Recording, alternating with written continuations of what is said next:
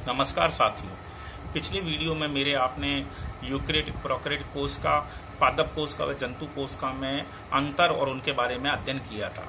साथियों, आप लोगों के द्वारा मुझे बहुत अच्छा रिस्पांस मिल रहा है और अगर आपने इसे अभी तक सब्सक्राइब नहीं किया है तो प्लीज़ सब्सक्राइब कीजिए, लाइक और शेयर करना ना भूलें और अपने साथियों को भी वीडियो के बारे में बताएं। और वीडियो के बारे में अगर आपके कोई विचार हो तो प्लीज़ कमेंट करके बताइए। तो आज हम आगे अध्ययन करते हैं कोशिका कला या जीव द्रव्य कला की संरचना। इसे सी नेजली व सी क्रैमर ने 1885 में कोशिका कला नाम दिया।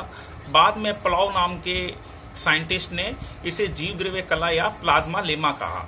अब कोशिका कला या जीव द्रव्य कला के बारे में विभिन्न मत दिए गए, जिनमें से हम 3 महत्वपूर्ण मतों के बारे में आज अध्ययन करेंगे। एकक झिल्ली मत, यानी कि एकक झिल्ली मतलब एक सिंगल झिल्ली या यूनिट मेम्ब्रेन भी इसे बोल सकते हैं, कि इसे जे डेविड रॉबर्टसन ने कोशिका कला से केंद्र कला तक समस्त कोशिकांग, जो कोशिका के अंग हैं, इससे घिरे रहते हैं के बारे में बताया।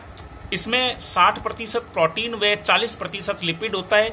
इसमें प्रोटीन के 2 भाग होते हैं, एक बाह्य प्रोटीन व भीतरीय प्रोटीन, और उसके मध्य में फास्फोलिपिड होता है। यह एकदम सिंपल मॉडल था, सिंपल सिद्धांत था। उसके बाद में दूसरा सिद्धांत दिया गया डैनियली व डेविडसन के द्वारा, सैंडविच मॉडल या लेमिनर मत भी इसे बोलते हैं। इसमें 2 ही परतें होती हैं। इसमें भी जल स्नेही यानी हाइड्रोफिलिक व जल विरोधी प्रोटीन की। जल विरोधी को हाइड्रोफोबिक, फोबिक मतलब जल विरोधी और फिलिक मतलब स्नेही, जल स्नेही परतें। ये सैंडविच जैसा होता है, उसके उसी प्रकार है। इसमें चित्र में देखिए आप, डायग्राम में आपको समझ में आ जाएगा। ये जो बाहर की तरफ है ये आउटर प्रोटीन और उसके मध्य में फास्फोलिपिड है और नीचे की तरफ इनर प्रोटीन लेयर। तीसरा महत्वपूर्ण सिद्धांत जो था द्रव मोज़ेक मॉडल, यह सर्वाधिक मत है। इसे सिंगर व निकोलसन ने दिया था। इसके अनुसार इसमें 2 महत्वपूर्ण प्रोटीन के भाग हैं, एक बाह्य प्रोटीन और दूसरा है आंतरिक प्रोटीन।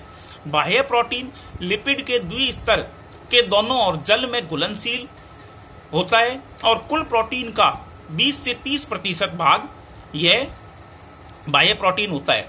और आरबीसी का यानी रेड ब्लड सेल्स, कॉर्पोसेल्स का स्पेक्ट्रिन, माइटोकॉन्ड्रिया से साइटोक्रोम सी में ये होता है। लिपिड के ध्रुवीय सिरों से ये जुड़े रहते हैं बाह्य प्रोटीन।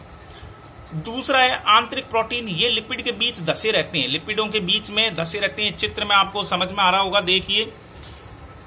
ये कुल प्रोटीन का 70% भाग होता है और इसे आसानी से अलग नहीं किया जा सकता। अब ये चित्र समझिए, इसमें आपको पूरा द्रव मोज़ेक मॉडल समझ में आ जाएगा। ये जो गहरे से अंडाकार सर्किल से हैं, ये परिधीय या बाह्य प्रोटीन है। इनके बीच में ये देखिए फॉस्फोलिपिड जो गोले और एक रोडा छड़ा आकार दिखाई दे रहे हैं। अंदर जो धसे हुए हैं लिपिड्स के बीच में वो आंतरिक प्रोटीन, और ये जो लेयर दिख रही है ये द्विस्तर फास्फोलिपिड की है। अब आपको इन तीनों सिद्धांतों के बारे में मुझे उम्मीद है आप लोगों को समझ में आ गया होगा। अब जीव द्रव्य कला या कोशिका कला के क्या कार्य हैं, महत्वपूर्ण जो कार्य हैं वो देखिए। पारगम्यता, पारगम्य मतलब आर पार जाना, पारगम्यता कहलाती है। विशेष आकार या परिमाप के अणुओं को ये अपने अंदर जाने देती है, तो इसलिए इसे चयनात्मक पारगम्यता भी कहते हैं। चयनात्मक मतलब सेलेक्टिव, यानी सेलेक्ट करके, यानी कि जो विशेष आकार या परिमाप के अणु होते हैं उन्हें ये अंदर या भीतर प्रवेश करने देती है, इसलिए इसे चयनात्मक पारगम्यता बोलते हैं। ये सबसे महत्वपूर्ण इसका कार्य है। एग्जाम में पूछा जाता है कोशिका कला के महत्वपूर्ण कार्य में, तो अगर चयनात्मक पारगम्य आता है तो हमें उसे राइट करना है। दूसरा है निष्क्रिय अभिगमन। निष्क्रिय मतलब बिना क्रिया के द्वारा जो अभिगमन होता है, इसमें ऊर्जा की आवश्यकता नहीं होती, नाम से ही समझ में आ रहा है। निष्क्रिय मतलब बिना क्रिया के अभिगमन। तो इसमें सीधा सिद्धांत है कि अधिक सांद्रता से कम सांद्रता की ओर प्रवेश होता है या प्रवाह होता है, तो उसे क्या बोलेंगे, निष्क्रिय अभिगमन। इसमें ऊर्जा की बिल्कुल भी आवश्यकता नहीं होती।